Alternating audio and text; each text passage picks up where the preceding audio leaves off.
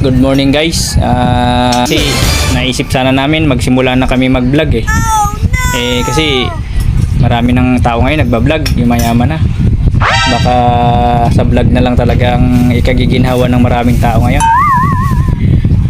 Yung mga professional nagba-vlog eh. Yung mayayaman nagba-vlog. Tayo pa kaya na hindi tayo ganun kayaman. At hindi rin ganun kagaling, hindi ganun katalino.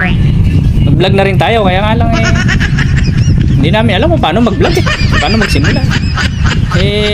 Tapos ang camera namin hindi pa maganda. Hindi pa maganda yung ano.